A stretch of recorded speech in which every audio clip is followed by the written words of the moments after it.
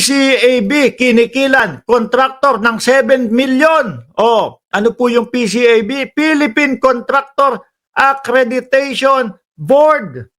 Oh, baka hindi lang yan isa o hindi lang yan, yan lang.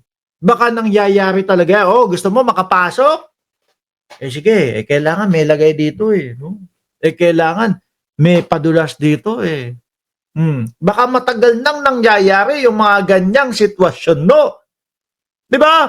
Sabi dito, isang kontraktor ang ginatasan umano ng Philippine Contractors Accreditation Board, PCAB, ng 7 milyon kapalit ang accreditation ng kanyang construction firm ayon kay Senator Panfilo Ping Lacson.